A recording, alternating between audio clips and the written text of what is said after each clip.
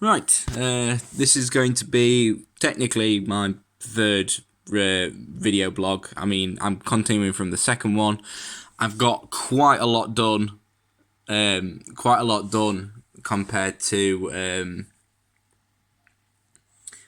the previous one, due to the fact of my laptop breaking down quite a bit when I tried to open it. I have managed to figure out methods of being able to work at home, so it's easier for me to actually work on the project through making some, not shortcuts, but some methods that I can make it so that it can run on my laptop safely.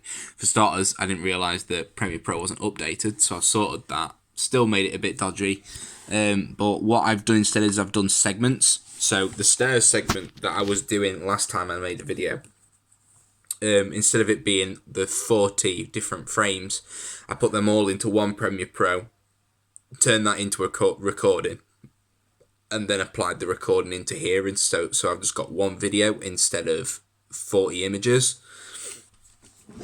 I've also added quite a bit of sound, so I've had the clanking. I've finished the animation. I'll show you the animation of the stairs, since you weren't actually able to see that. Get some light on here, so you can actually see a bit better. There we go. Yeah, so I'm gonna have to skip it with the keypad though, because I'm not gonna be able to play it without it just freezing up. So I've managed to do the starting entrance of him like peering through the window, through the door hole. Sorry. Yeah, it's kind of hard to see because of the glare that's on the screen. There we go. And then he's going to switch the light on at the top, and that in itself just has sound. If I just, there it is. Right, so after that, I've actually started to work on the scenes that transition between it turning into being overgrown. So I've got all the scenes that I've got to do, that I've got done currently, are all the ones to do with the factory shutting down and starting up. So if I go here, it's got the zoom. Still have to sort out the sounds, but I'm not going to sort out the sounds until I can take my my memory stick into the MATLAB, because the MATLABs do run it smoother, and it's really hard for me to be able to tune sound correctly to the footage if the footage isn't playing at full speed. So everything would end up being disjointed. This seems very hard to see because of the fact I don't want to maximise my screen, because it just put a bit too much stress on my laptop. And it's very hard. It's going to be very hard to see, but I'll give it a shot and see if it's noticeable. Yeah, it's not really. Okay, so what I've done is the sign here, that little X, that actually flashes and alternates between the two different components it's made of. I need to focus again. I made this flash, and I've made all of these little lights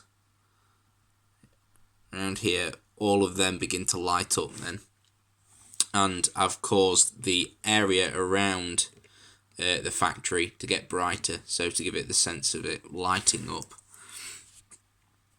So if I skip across all these, so there it is. You can see how it gets lighter. Right, so this next bit, if I shift this along, here we go. This next bit I did was smoke coming out the chimney, and the just generally all the different power plant like chimneys that are all dotted around it. So there's one there, there's a couple there, there's one down here. So I've got smoke to come out of all of them, which was a very big animation task due to the amount of frames. Obviously, it does look a lot better and smoother when it's all going at once, but this thing's just going to be glitching it out until I actually produce it into footage. But you can get a bit of a general idea from it. I have to pause so it actually catches up. But yeah, this is made, as you can see, this is made of so many frames, so many. All of them a different image, and this isn't really even an entire view of it, because it's cutting some out to actually save visual space. Yeah, so there we go.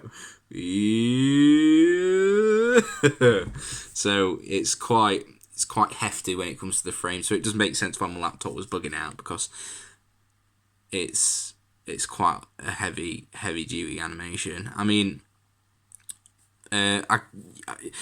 you could have done this technically on Photoshop, which is one of the things that I wanted to bring up. Photoshop, you can animate on it and you can make GIFs and things, and it runs it really well.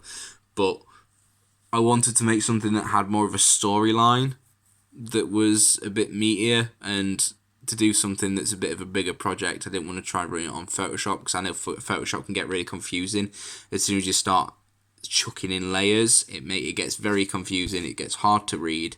If you're doing something that's more of a simple animation, it usually runs fine for doing things like that, where it's just like one thing that's maybe moving in the background or in the foreground. But I've just got too many different components. Now, I found the easiest thing to do with all of these different smoke points was actually to make the first one.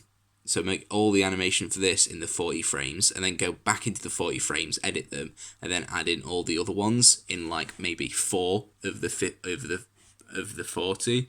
So that way I can constantly have a variation that isn't necessarily adhered to the pattern of the repeat pattern of what this one's going through. So I can just slot them in.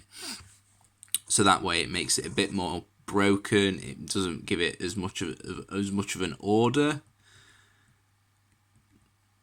And yeah, I'm pretty happy with the turnout for that one. So there's a surprising amount of little bits in this which will probably go kind of unnoticed. For my final little touch on is the fact that I've got the smoke coming out and forming into the cloud, and then I've got the second one, which was about maybe 20-30 frames. The next one, which was the cloud producing the top bit that dissipates from the top, and then reforming another one. All of those are different animations to the one that was used to create the clouds, the smog, whatever. And then obviously the other little ones that are around it, which are about 4 frames. And then you've got the last one, which is the fog dissipating when the factory shuts down, which is, yeah, so you can see it there. It's starting to fade away. But yeah, and that one in itself was 25 frames, I believe. And the last bit of animation I've done so far is the water. I've made the water have an animation before it stops, and I've even put in a little bit where a droplet comes in, lands back in, and makes ripples, just to get more of a feel of it being quite like a viscous liquid.